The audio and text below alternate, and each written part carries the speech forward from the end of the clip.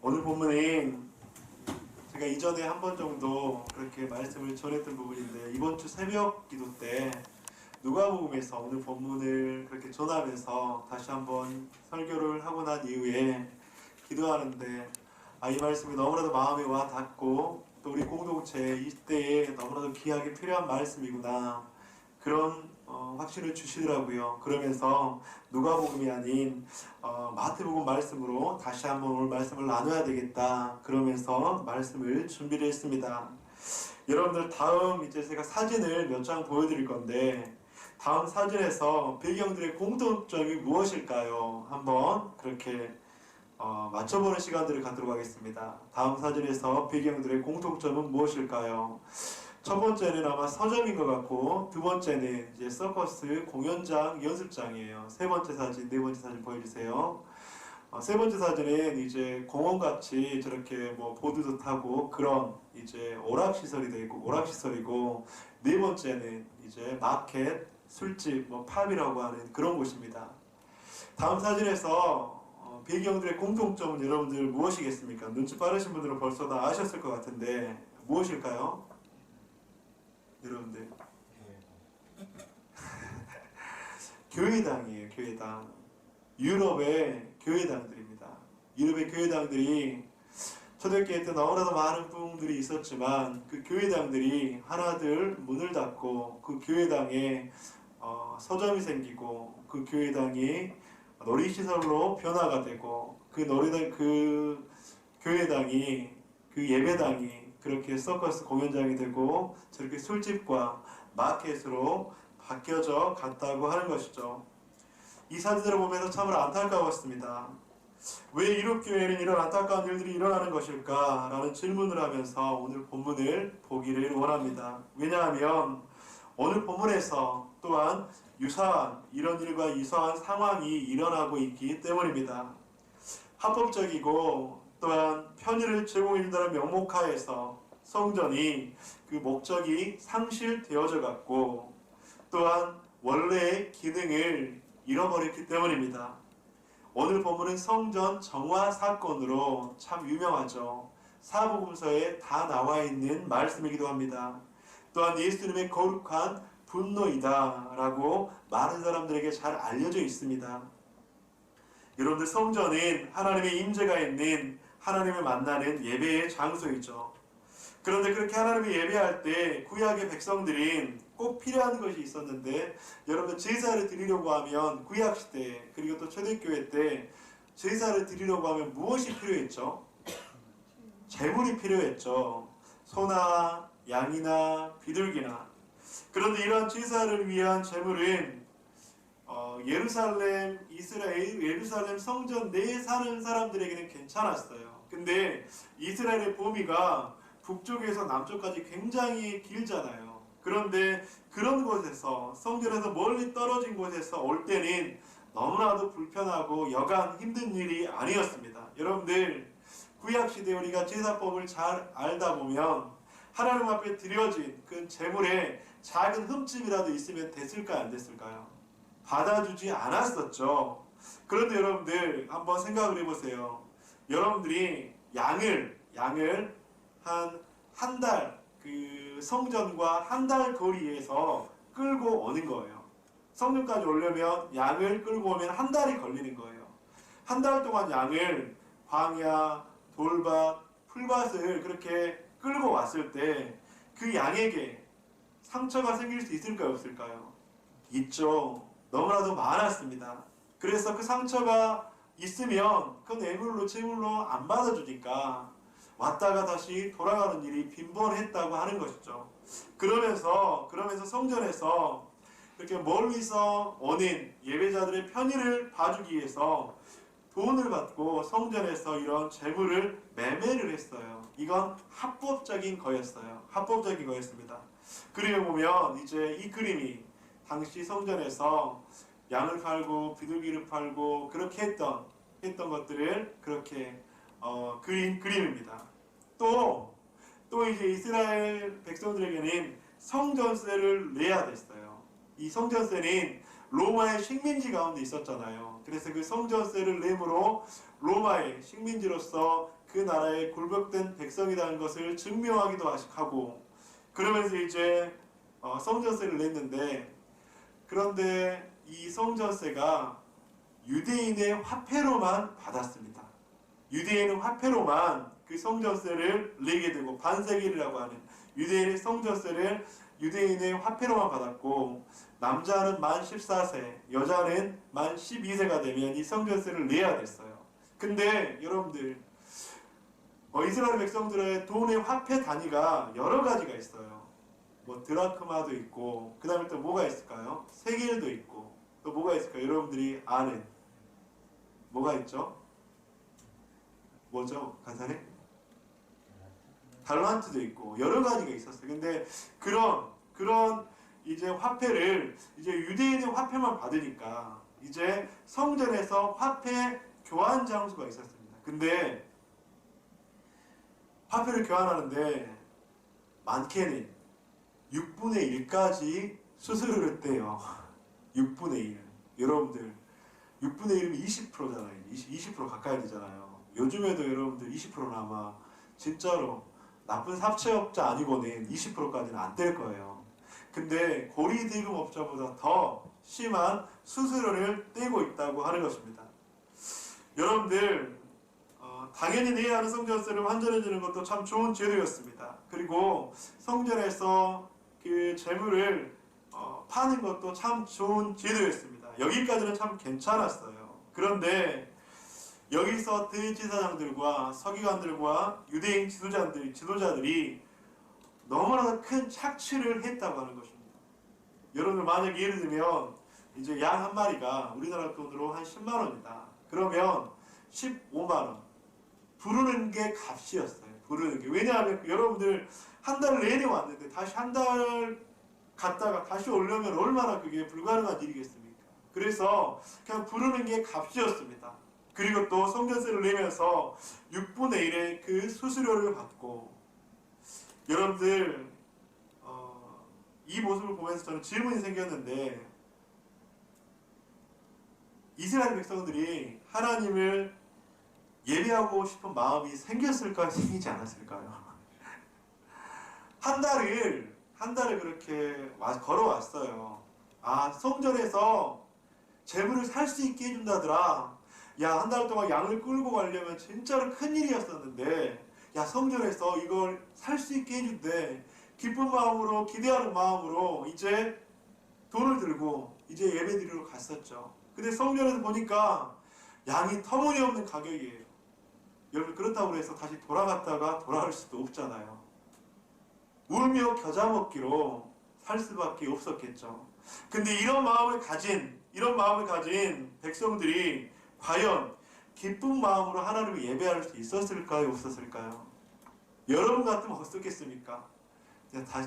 당연히 예배를 드려야 되는데 기쁜 마음이 아니라 억울한 마음을 뛰어넘어서 분노하는 마음, 증오하는 마음, 야, 이렇게 해서 어떻게 하나님을 예배하는 장소이지? 그런 마음까지 생겼다고 하는 것입니다. 그런데 안 살 수도 없고 예배는 드려야 하고 기쁨과 감사는 없었을 거예요. 대제사장, 서기관, 종교 지도자들을 잘못 만나서 시험에 들고 어려움을 당하고 울며 겨자 먹기로 예배를 드리고, 여러분, 저는 근데 이 말씀을 보면서 준비하면서 저의 마음에 확 와닿고 마음에 꽂혔어요. 여기서 말하는 대제사장, 굳이 지금의 직분으로 따지자면 목사나 장로 정도 됐을 거예요. 그리고 여기서 말하는 서기관, 종교 지도자들, 굳이 오늘날로 따지면 직분자들, 권사, 안수집사, 그리고 교회 리더들인 가장, 총무님들 정도 됐을 거예요. 이렇게 앞에 선 사람들이 어떻게 하느냐에 따라서 백성들이 예배할 수도 있고 예배를 못 드릴 수도 있구나. 그러면서 제 안에 정신이 확 들었습니다. 아, 내가 똑바로 해야 되겠구나. 내가 똑바로 하지 않으면, 이 교회 담임 목사인 내가 똑바로 하지 않으면, 야, 성도들이 하나님 앞에 예배 드릴 때 그 예배가 방해가 될 수 있겠구나. 말씀을 바로 준비하지 않으면 이 예배 가운데 오히려 힘들어질 수 있겠구나. 그러면서 지도자가, 리더가 얼마나 중요한지, 또한 저뿐만 아니라 우리 교회에서 함께 앞에 선 사람들이 얼마나 정신을 차리지 않고 그렇게 있으면 야, 성도들이, 평신도들이 하나님 앞에 예배하는데 방해가 될 수 있고 예배하는 맛이 안 나겠구나, 이런 생각이 들면서 제 안에 굉장히 많은 두려움이 들었습니다. 이 시간에 한번 따라합시다. 우리 직분자들, 가장 총무들만 한번 따라합시다. 정신 바짝 차립시다. 여러분들 정신 바짝 차려야 돼요. 우리가 정신 바짝 차리지 않으면 이런 일들이, 불상사가 일어날 수도 있다고 하는 것이죠. 그리고 또 한 가지 들었던 생각은 본질이 참 중요하구나. 교회의 본질을 잃어버리면 안 되구나. 본질을 잃어버리면 교회는 유럽의 교회당처럼 텅 비거나 오늘 본문에 예수님 당시의 교회처럼 그렇게 어려움을 당할 수 있겠구나, 다른 용도가 될 수 있겠구나, 그런 생각들을 해보았습니다. 교회는 본질이 중요합니다. 교회의 본질이 무너지면 텅 빈 교회당이 되거나 교회의 기능은 점차 약해지고 사라지게 됩니다. 사랑하는 성도님들, 그래서 교회에서 모든 것들이 다 없어진다 하더라도 교회의 본질, 원리, 그리고 정신은 사라지면 안 된다고 하는 것이죠. 그렇다면 예수의 십자가로 세워진 교회의 본질이 회복되기 위해서 어떻게 해야 할까? 오늘 본문을 중심으로 두 가지를 함께 좀 나누고 싶습니다.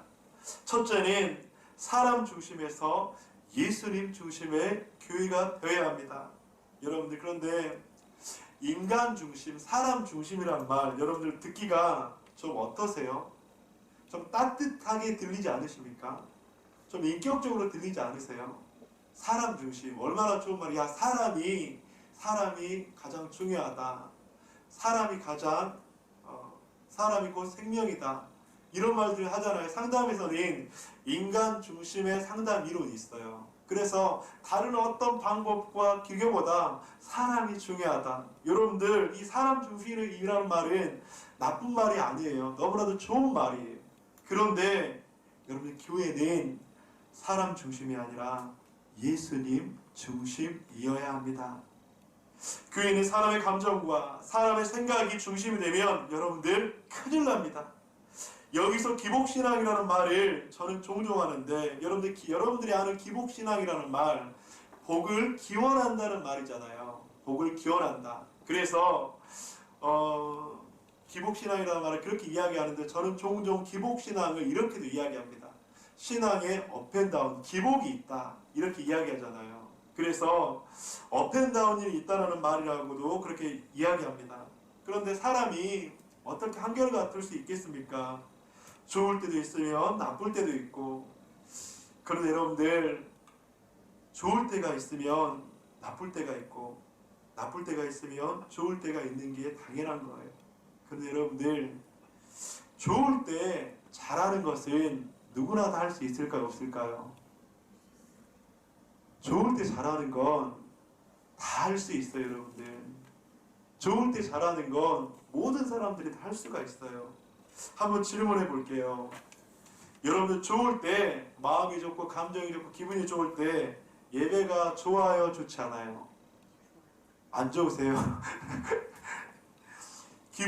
감정이 좋을 때 자녀들이, 남편이, 아내가 실수해도 괜찮아요, 안 괜찮아요? 너그러워져요, 너그럽지 않아요? 여러분들이 기분이 좋을 때, 감정이 좋을 때 저의 설교가 어떻게 들리십니까? 은혜롭게 들리지 않으세요? 우리 김슬철 집사님이 격하게 고개를 그렇게 끄덕이시고 반응해 주시는데 감사합니다. 여러분들, 그런데 나쁠 때는 어떠세요? 예배가 좋아요, 아니면 예배가 안 좋아요? 좋죠, 물론. 감정이 안 좋을 때 자녀들, 남편들이 평상시하고 똑같이 했는데 여러분들이 감정이 안 좋고 마음이 안 좋으면 너그러워져요, 아니면 이해의 폭이 좁아져요? 예, 우리 교회 성도님들이 그렇게 안 하실 줄 믿습니다. 아멘. 여러분들의 기분이나 감정이 좋지 않을 때, 나쁠 때는 여러분들, 저희 설교가 어떻게 들리세요? 아이고, 목사님 오늘 설교 누구누구 집사, 누구누구 성도 꼭 들어야 되는데 기분이 좋을 때는, 감정이 좋을 때는 그게 나의 마음 가운데 수용이 돼요. 그런데 그렇지 않으면 아이고 그 사람 오늘 꼭 들어야 되는데, 우리 남편, 우리 아내 꼭 들어야 되는데 꼭 이럴 때 없네, 그렇게 생각할 수도 있다고 하는 것이죠. 목사는 오늘 좀 설교가 나 찔리라고 하는 건가? 들으라고 하는 말씀인가? 네, 맞습니다. 오늘 우리 모두가 찔리라고 드리는 말씀입니다. 사랑하는 성도님들, 우리는 말씀을 통해서 계속 찔려야 해요. 우리는 말씀을 통해서 계속 우리의 내면이 기경이 돼야 돼요. 우리는 하나님의 그 말씀이 선포되어질 때 그 말씀이 달콤하게만 들리면 우리는 변화는 없어요. 하나님의 말씀이 우리의 마음을 찔르게 하고, 하나님의 말씀이 우리들의 심령을 때로는 아프게 하고, 하나님의 말씀이 우리의 심령 가운데 콕 박히기도 하고, 그러면서 하나님의 그 말씀을 통해서 우리들의 영이 회복되어지는 거예요. 하나님의 말씀이 달콤하게만 들리잖아요. 그러면 우리는 늘 어린아이의 신앙에 머무를 수밖에 없다고 하는 것입니다. 그래서 오늘 제가 좀 찔리라고 하는 말씀입니다. 사랑하는 성도님들, 이것이 바로 사람 중심의 신앙, 감정 중심의 신앙이라고 하는 것입니다. 그런데 이런 사람 중심, 합리적인, 이성적인 공동체는 힘들어질 수 있다고 하는 거예요. 오늘 그런 예루살렘의 성전에서 예수님은 그런 사람 중심, 합리적인, 이성적인 그 공동체를 어떻게 하셨습니까? 오늘 본문의 12절, 예수께서 성전에 들어가사 성전 안에서 매매하는 모든 사람들을 내쫓으시며 돈 바꾸는 사람들의 상과 비둘기 파는 사람들의 의자를 둘러엎으시고, 성전 안에서 매매하는 것의 취지는 좋았습니다. 그리고 많은 사람들에게 유익을 주었죠. 사람들을 배려해주고 편의를 도모해주고 합리적인 방법이었습니다. 하지만 사람들이 좋아하고 편하고 합리적인 그런 방법이지만, 사랑하는 성도님들, 믿음의 공동체인 교회는 성도들을 천하보다 귀하게 여기고 섬김과 배려를 해야 되지만, 사람이 하나님보다 중심이 되고, 사람이 하나님보다 귀해지고, 사람이 하나님보다 높아질 때는 공동체의 방향성은 잃게 된다고 하는 것입니다. 하나님 중심의 교회에서 인본주의적 교회로 바뀌어지고, 그렇게 인본주의적 교회로 바뀌어질 때 유럽의 텅 빈 교회당처럼 오늘 본문의 예루살렘 성전처럼 변질될 수 있다고 하는 것이죠. 공동체에서 신앙생활을 하다 보면 늘 고민하고 갈등을 일으키는 그런 질문인 것 같습니다. 사람들이 좋아하는 예배를 드려야 될까? 하나님이 기뻐하시는 예배를 드려야 될까? 사람들이 좋아하는 예배, 지루하지 않는 예배, 집중할 수 있는 예배, 우리들은 늘 이런 딜레마에 빠집니다. 제가 이 이야기를, 이건 저한테 좀 충격이었던 것 같아요. 제가 이전에 화평교회에 이제 중등부 사역자로 이제 부임을 했죠. 근데 전도사 때였어요. 근데 이제 제가 첫 설교를 하는데, 이제 그 설교가 끝나고 나서 한 학생이 저한테, 임원이었어요. 찾아와서, 목사님, 설교 때 조금 오버 좀 해주세요. 설교 때 조금 그 표현이 어떤 건지 모르겠어요. 설교 때 좀 웃겨주세요. 그렇게 저한테 이야기를 하는 거예요. 그 학생이 이렇게 이야기를 하는 거예요. 그때 이제 그 중등부가 그런 분위기였었거든요. 이제 개그 좀 해주세요. 그렇게 이야기를 했어요. 개그 좀 해주세요. 그렇게 이야기를 했어요. 그 말을 듣고 충격을 받았어요. 근데 그때 분위기였어요. 근데 누구를 뭐 비하하는 건 아니지만 하여튼, 그래서 제가 그때 충격을 받고, 제가 좀 마음이 어떻게 해야 되지? 근데 설교하는데 이제 선포하는 말씀을 하니까 애들이 이제 좀 적응이 한 2달까지는 안 되더라고요. 근데 이제 2달 지나고 3달째부터는 이제 아이들이 적응을 하고, 선생님들이 나중에 적응하는 게 힘들긴 했지만, 여러분들, 설교자에서 저도 설교를 준비할 때마다 고민하고 힘든 부분입니다. 즐겁고 재밌고 위로가 가득한 설교를 해야 할까? 때로는 아프기도 하지만 내적 갈등이 생기지만 하나님께서 원하시는 말씀을 전하고 선포적인 설교를 해야 될까? 하고 위로를 주기도 하고 선포적인 설교까지 하면 참 그것이 베스트하고 제일 좋겠죠. 근데 저도 아직 배우고 있는 사람이라 아직 많이 부족해요. 그러면서 늘 고민을 하고 있다고 하는 것이죠. 사랑하는 성도님들, 그런데 본질은 뒤로 한 채 상황과 사람에게 맞추다 보니까 유럽 교회들의 예배는 사람을 위한 예배가 점점 되었습니다. 사람을 위한다는 명목하에 예배하는 장소가 매매하는 장소가 되어가고, 그런 성전을 보면서 예수님은 거룩한 분노를 내고 있다고 하는 것이죠. 하나님을 기쁘시게 하랴 사람을 기쁘게 하라. 갈라디아서 1장 10절에 사도 바울은 말씀합니다. 이제 내가 사람들에게 좋게 하랴 하나님께 좋게 하랴 사람들에게 기쁨을 구하랴. 내가 지금까지 사람들의 기쁨을 구하였다면 그리스도의 종이 아니니라. 사람의 감정을 상하지 않고 사람의 마음을 기쁘게 한다는 명목이 본질이 된다면 하나님의 마음은 아프게 하고 하나님이 기쁘시게 하지 못할 때가 많다고 하는 것입니다. 그래서 오늘 본문처럼 성전 안에서 하는 매매를 하며 믿음의 주여 우리를 온전하게 하시는 예수 그리스도를 바라보는 것이 아니라 사람을 바라볼 수 있게 된다고 하는 거예요. 사랑하는 성도님들, 우리들의 모습을 보기를 소망합니다. 이러한 일들은 우리들의 가정에서, 직장에서 빈번하게 일어날 수 있습니다. 이유가 타당하고 명분이 있어 보이고 합리적인 것 같지만 그 이면에는 예수님이 아닌 가족이, 예수님이 아닌 남편이, 물질이, 자녀가, 나 자신이 중심일 때가 참 많다고 하는 것이죠. 더 모든 공동체가 예수님 중심의 공동체가 되기를 주님의 이름으로 간절히 축복합니다. 아멘. 아멘. 옆에 계신 분들과 그렇게 한번 고백하고 인사 한번 합시다. 여러분들의 아내, 남편에게, 그렇게 자녀들에게 이렇게 한번 인사합시다. 미안합니다. 한번 이렇게 따라 한번 해주세요. 미안합니다. 당신보다 예수님이 먼저입니다. 네, 사랑하는 성도님들, 사람 중심이 아닌 예수님 중심의 공동체가 되기를 주님의 이름으로 축복합니다. 우리 혹시라도 중고등부 예배를 드리고 있다면 여러분들을 무시하라는 말이 아니라 여러분들을 더 사랑하고 끝까지 사랑할 거예요. 예, 무시하라는 말이 아닙니다. 그러니까 오해하지 마시기 바랍니다. 두 번째, 첫 번째는 예수님의 중심이 되어야 하고, 두 번째는 겸손과 낮아짐을 회복해야 합니다. 오늘 본문의 14절, 맹인과 저는 자들이 성전에서 예수께 나옴에 거쳐주시니, 예수님께서 이 땅 가운데 오신 목적, 예수님의 3대 철학은 가르치고 치유하고 전파하는 사역이었습니다. 병든 자, 가난한 자, 연약한 자, 고아와 과부를 돌보시며 관심을 가지셨던 것이죠. 본문에서 맹인과 저는 자들은 그런 연약한 인생들을 상징하는 것입니다. 예수님께서는 그런 연약한 인생들을 위해서 찾아가셨고, 그런 연약한 자들의 전 인격을 치유하시고 회복하셨다고 하는 것이죠.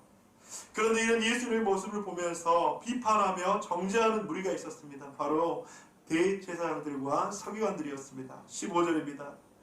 대제사장들과 서기관들이 예수께서 하시는 이상한 일과 또 성전에서 소리질러 호산나 다윗의 자손이여 하는 어린이들을 보고 분노하여, 그들은 예수님이 하신 일들을 보고 이상한 일이라고 비판하고 정죄합니다.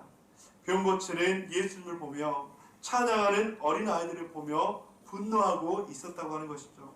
여러분들, 예수님의 사역이 이상한 일일까요? 절대로 그렇지 않습니다. 그렇다면 왜 서기관과 대제사장들의 눈에는 예수님의 사역이 이상하게 보이며 분노를 표현했을까요? 그것은 대제사장들과 서기관들이 낮아지지 못하고 겸손하지 못한, 즉 교만했기 때문입니다. 겸손에 낮아짐을 하지 못했던 대제사장들과 서기관들은 분노했어요. 여러분들, 근데 이해가 돼요. 여러분, 대제사장, 서기관들, 그 당시에 최고로 인정받는 지도자들이었잖아요. 근데 예수님께서 딱 오셨는데 많은 사람들이 예수님의 소문에 대해서 들었어요. 야, 예수님 혹시라도 메시아인가? 수많은 군중들이 예수님을 따라갑니다. 이때 옆에 대제사장과 서기관들이 있었어요. 근데 예수님께서 이 사람들은 그냥 딱 무시를 하고, 가난하고 소외되고 연약하고 병들고 아무도 돌아보지 않는 그런 사람들, 그런 사람들한테만 계속 관심을 갖는 거예요. 이 사람들은 자기들을 인정해 주기를 원했을까요? 원하지 않았을까요? 원했겠죠. 아, 대제사장, 아, 서기관, 당신들이 있어서 이 나라 가운데 이런 축복이 있고 당신들이 기다리는 그 메시아 진짜로 이 땅 가운데 놀라운 은혜로 올 것이다. 이 사람들만 인정만 했으면 이런 분노와 이런 이상한 일이라고 이야기하지 않았을 거예요. 근데 누가복음에서 보면 이 사건을 계기로 예수님을 어떻게 죽일까 의논하거늘 그런 말씀이 나와요. 똑같은 내용을 루가는 좀 더 자세하게 기록을 했습니다. 이 일을 계기로 어떻게 예수를 죽일까 의논하거늘 대제사장과 서기관들, 종교 지도자들이 왜 그랬을까요? 예수라는 사람이 나타났는데 저 사람이 뭔가 좀 새롭긴 하고 능력은 있어 보였는데 자기들은 배제한 채 연약하고 가난하고 소외된 사람들한테만 관심을 가지니까 이 대제사장들이 분노하고 그렇게 했다고 하는 것입니다. 사랑하는 성도님들, 그런데 예수님께서 이 땅 가운데 오신 목적이 무엇일까요? 이런 대제사장과 서기관들, 여러분들 이런 사람들 무시하라는 건 아니에요. 근데 예수님 자체가 하나님이셨고 하나님의 아들이셨는데 가장 낮은 모습으로 오셨잖아요.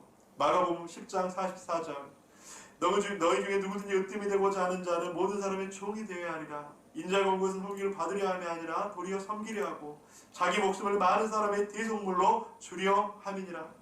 예수님께서 이 땅 가운데 오신 목적은 인정받고 섬김을 받는 것이 아니라 섬기기 위해서 자기 목숨을 주기 위해서 오셨는데 대제사장과 서기관들은 자신들이 인정받기만 원했어요.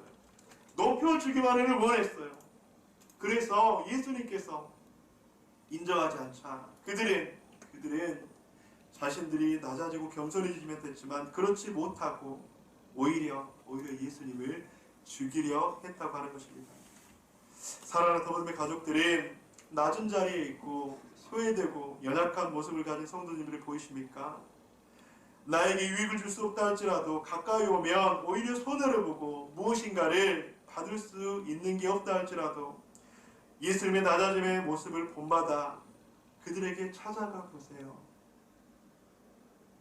사랑하는 성도님들, 저는 더버듬의 모든 가족들이 이런 사람들이 잘 보이는 게 아니라 이런 무리들이 더 잘 보이는 우리 더버듬의 공동체가 되시기를 주님의 이름으로 간절히 축복합니다.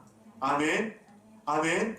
사랑하는 성도님들, 코로나19로 힘들어하는 성도님들이 보이세요? 아니면 아직까지 나만 보이세요? 그렇다면 오늘 말씀을 듣고 우리 마음과는 다시 한번 주의를 한번 되돌아보세요. 힘들어하는 사람이 있지 않는지 되돌아보세요. 그들을 위해서 기도하세요.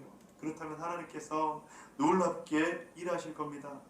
마태복음 25장 40절 임금이 대답하여 이르시되 내가 진실로 너희에게 이르노니 너희가 여기 내 형제 중에 지극히 작은 자 하나에게 한 것이 곧 내게 한 것이니라. 사람을 외모로 취하지 말라. 사랑하는 더버듬의 공동체는 겸손함으로 내려놓고 대단한 신분의 사람이 아닌 누추한 사람이 오더라도 함께 웃고 웃을 수 있는 그런 공동체가 되시기를 주님의 이름으로 간절히 축복합니다. 아멘. 우리 옆에 계신 분들 다시 한번 가족들, 남편들, 아내, 자녀들 있다면 한번 그렇게 한번 인사합시다. 한번 보시고 잘 모시겠습니다. 한번 그렇게 인사 한번 할까요? 잘 모시겠습니다. 여러분들 지금까지 교회 본질을 회복하고 교회라고 하는 내가 회복되기 위해서 첫 번째는 사람 중심이 아닌 예수님 중심으로 변화해야 된다고 했습니다. 둘째는 겸손과 낮아짐을 회복해야 된다고 했습니다. 그렇다면 우리는 어떻게 이런 공동체를 만들 수 있을까? 오늘 본문에서 이야기하는 가장 핵심적인 내용입니다. 오늘 본문의 13절입니다. 함께 읽겠습니다. 시작.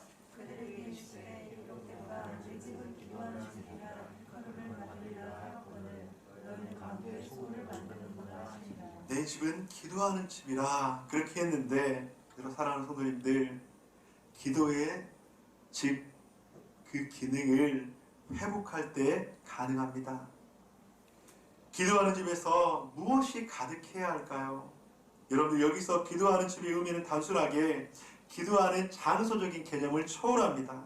장소나 개념을 초월합니다. 그냥 기도의 행위를 초월합니다. 그냥 우리가 기복신앙처럼 기도 비나이다 비나이다 그런 기도를 초월합니다. 왜냐하면 본문의 저자 마태는 오늘 본문을 쓰면서 이사야서의 말씀을 인용했기 때문입니다. 이사야서 56장 7절 내가 곧 그들을 나의 성산으로 인도하여 기도하는 내 집에서 그들을 기쁘게 할 것이며 그들의 번제와 희생을 나의 제단에서 기꺼이 받게 되리니 이는 내 집은 만민이 기도하는 집이라 일컬음이 될 것임이니라. 사랑하는 성도님들, 유럽 교회들이 왜 문을 닫게 되었습니까? 왜 오늘 본문에서 성전이 변질되었습니까? 왜냐하면 성전의 기능, 기도하는 집, 기도의 기능인 번제와 희생이 사라지고 사람 중심으로 변화됐기 때문입니다.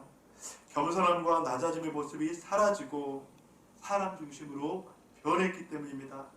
여러분들, 유럽 교회는 교회의 부흥의 시작이었습니다. 유럽 교회로 인해서 지금 우리에게까지 그 복음이 전파됐잖아요. 그런데 여러분들, 그 축복이 한순간에 무너져요.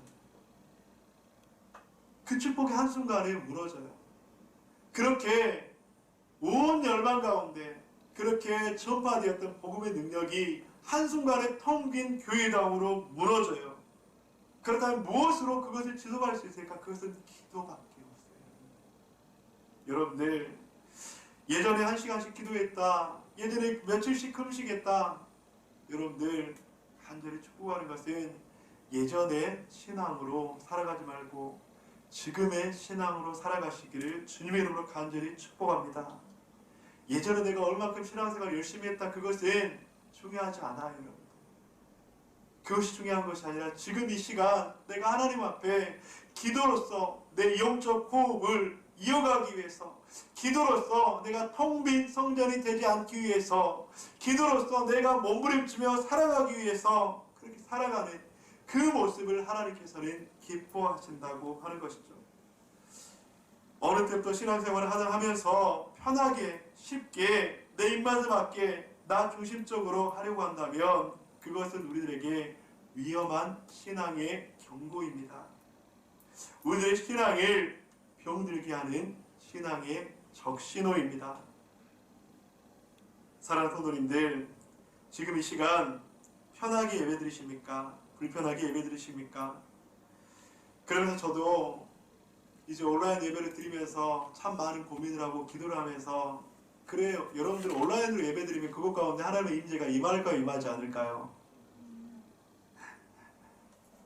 왜 대답이 여기 계신 준비하신 분들은 크게 못하는데 임할까요, 임하지 않을까요? 임하죠. 우리 하나님은 무소부재하신데 지금 이 시간에 예배드려도 저 멀리 러시아에 있는 그곳 가운데도 하나님의 말씀이 집사님에게 선포되어져요. 이게 바로 하나님의 능력인 줄 믿습니다. 그런데 중요한 전제가 있어요. 그곳 가운데 얼마나 신령과 진정으로 예배드리느냐. 그래서 사마리아인이 예수님께 그렇게 이야기하죠. 우리가 이 산에서 예배를 드려야 됩니까? 저 산에서 예배를 드려야 됩니까? 예수님께서 무엇이라고 이야기하죠? 이 산도 아니고 저 산도 아니고 신령과 진정으로 예배하는 그곳 가운데 하나님의 영이 임할 것이다. 신령과 진정으로 예배하는 그곳 가운데 영원히 목마르지 않는 생명수와 같은 하나님의 능력이 임하게 될 것이다. 이것이 바로 예배의 본질이라고 하는 것이죠. 그런데 지금 이 시간 편하게 예배드리는 그 모습으로 인해서 예배에 집중하지 않게 된다면 저는 그곳 가운데 신령과 진정으로 예배드리는 것이 되지 않는다고 하는 거예요. 휴대폰을 검색하면서 카톡을 주고받으면서 여러분들 혹시 예배를 시청한다면 그곳 가운데는 신령과 진정으로 예배 드리는 것이 아니고 그것 가운데는 하나님의 영이 역사하지 않아요. 여러분들 장소의 개념이 아니라 우리가 어디에 있든지 그곳 가운데서 신령과 진정으로 예배 드린다면 그곳에서는 하나님의 영이 임할 줄 믿습니다. 휴대폰 검색하고 카톡 주고받으면서 말씀 시청하는 것 어떻게 그렇게 잘하냐고요? 제가 자가격리 하다 보니까 그렇게 되더라고요. 제가 일주일 이렇게 있으면서 한 주 제가 설교 안 하고 일간사님이 그때 설교했는데 제가 그렇게 되더라니까요. 저도 그때 진짜 제일 많이 은혜를 받았었는데 말씀 전하기 전에 막 찬양하는데 문자 주고받고 휴대폰으로 뭐 검색하고 그렇게 예배 드려지더라고요. 아, 이게 온라인으로 예배를 드리는 제일 큰 어려움이구나. 저는 여러분들이 집에서 온라인으로 예배드리는 것 절대 반대하지 않습니다. 그런데 그 편리함이 우리 영적 축복을 갉아먹게 된다면 그것만큼 어려움은 없다고 하는 것입니다. 어쩌면 유럽의 텅 빈 교회당이나 오늘 본문 가운데서 사람 중심의 성전이 될 수 있다고 하는 것이죠. 기도하는 것도 편하게, 봉사하는 것도 편하게, 가족께도 편하게, 예배드리는 것도 편하게 내 기호에 맞게 그 유혹이 드는 순간 우리들에게는 신앙이 우리들에게 유익이 되지 않게 될 수도 있다고 하는 것이죠. 사랑하는 성도님들, 사도 바울은 로마서 12장 1절에서 우리들에게 권면합니다. 그러므로 형제들아 내게 하나님의 모든 자비하심으로 너희를 권하노니 너희 몸을 하나님이 기뻐하시는 거룩한 산제물로 드리라. 이는 너희가 드릴 영적 예배니라. 너희 몸을 하나님이 기뻐하시는 거룩한 산제물로 드리라. 이것이 너희가 드릴 영적 예배니라. 사랑하는 성도님들, 우리는 사람 중심이 아니라 하나님 중심으로 예배해야 합니다. 우리는 낮아짐과 겸손함으로 예배해야 합니다. 그런데 그렇게 하기 위해서 가장 우리가 회복되어야 되고 잊지 말아야 될 것은 바로 기도가 회복되는 것입니다. 기도하는 집의 기능, 기도하는 집의 본질, 기도하는 집의 원리가 회복되어야 돼요. 우리는 그때 그것 가운데 놀랍게 하나님의 영이 임하게 될 줄 믿습니다. 제가 간증을 하고 말씀을 마치도록 하겠습니다.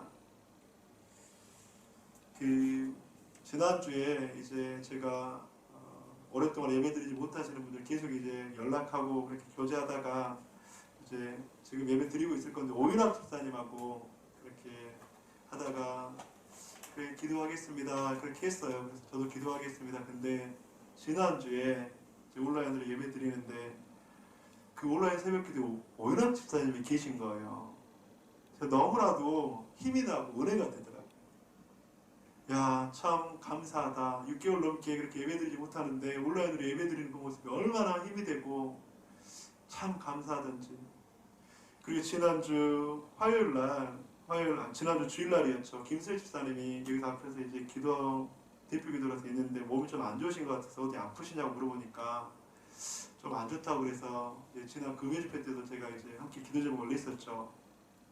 근데 이제 화요일날 이제 집사님이 한 번도 거르지 않고 이제 온라인 방송 밴드로 성축을 해주시잖아요. 근데 이제 지난주 화요일에 안 오신 거예요. 그래서 주일날 이제 아프다는 말을 듣고 집사님 어디 안 좋으신가 싶어서 전화했는데 전화도 안 받았어요. 문자 드렸는데 대답도 안 하셔. 그 집사님 혹시 어디 뭐 입원하셨나? 아니 속에서 막 장염 같은 게 일어나서 못 드신다고 이렇게 이야기를 하시길래 코로나가 아니라 그래서 제가 지금 병명을 밝힙니다. 그래서 이제 너무나도 걱정이 돼서 그렇게 있는데 이제 수요일날 새벽이었죠. 그래서 혼자 이제 온라인으로 이제 밴드 송출하려고 딱 이렇게 하고 이제 주기도문 하고 눈을 떴는데 갑자기 앞에 검은 물체가 딱 한 명 있는 거예요. 순간 이거 또 놀랬어요. 그게 김순철 집사님이에요. 그 집사님 예배드리고 이제 가셔서 이제 제가 잠시 기도해드리고 문자를 드렸어요. 집사님 이번 주는 그냥 집에서 쉬시면서 예배 드리시라고 절대 나오지 마시라고. 근데 그때 집사님이 딱 한 번 나와서 수요일날 그렇게 기도하는데 기도가 흘러넘치더라고요. 저의 영이 회복되더라고요. 사랑하는 성도님들, 무엇을 말씀드리냐면 기도가 흘러넘치면 그 흘러넘치는 기도는 다른 사람들에게 흘러갈 줄 믿습니다. 이것이 바로 기도하는 집의 능력이에요. 이것이 바로 기도하는 집의 축복이에요. 나 한 사람이 기도로 흘러넘치잖아요. 그러면 그 기도는 다른 사람들에게 흘러가요. 그래서 제가 이번 주에 새벽 기도를 인도하면서 실은 제가 자가격리 그 이후에 이제 돌아와서 이제 좀 불면증에 걸렸어요. 그래서 이틀 3일을 잠도 자지 못하고 꼬박그렇게 계속 지내고 하다가 그러면서 이제 정 집사님, 김철 집사님 두 분한테 새벽에 좀 통독을 해야 되겠다. 왜냐하면 한숨도 못 자니까 밤새도록 맨날 그래서 그렇게 하다가 이번 주도 그런 상황이지만 제가 기도를 해야 되겠다 싶어서 이제 제가 새벽 기도를 진행하는데 좀 힘들었어요. 그런데 그렇게 오연학 집사님이 온라인에서 기도하시고 김철 집사님이 그런 상황 가운데서 그렇게 기도하니까 제 영이 회복되더라고요. 사랑하는 성도님들, 이것이 바로 기도의 원리입니다. 이것이 바로 기도의 능력입니다. 이것이 바로 기도의 힘인 줄 믿습니다. 기도가 흘러넘치면 그 기도는 다른 사람에게 다른 것 가운데 영향력을 주는 줄 믿습니다. 사랑하는 성도님들, 우리 공동체가 흘러넘치는 기도로 회복되어지기를 주님의 이름으로 간절히 축복합니다. 흘러넘치는 기도가 나 한 사람에서 그치는 것이 아니라 다른 사람들에게 영향을 줄 수 있기를 주님의 이름으로 간절히 축복합니다. 그래서 우리 공동체 가운데 다시 한번 주님의 은혜로 말미암아서 다시 한번 주님의 그 놀라운 인도하심으로 말미암아서 살아가는 저와 여러분이 되시기를, 이번 한 주 여러분들이 있는 그곳 가운데 기도하시면 돼요. 그곳 가운데 기도가 흘러넘치게 하세요. 그렇다면 그 기도는 분명하게 다른 곳에 영향을 주게 될 것입니다. 그럼 저와 여러분이 되시기를 주님의 이름으로 간절히 축원합니다.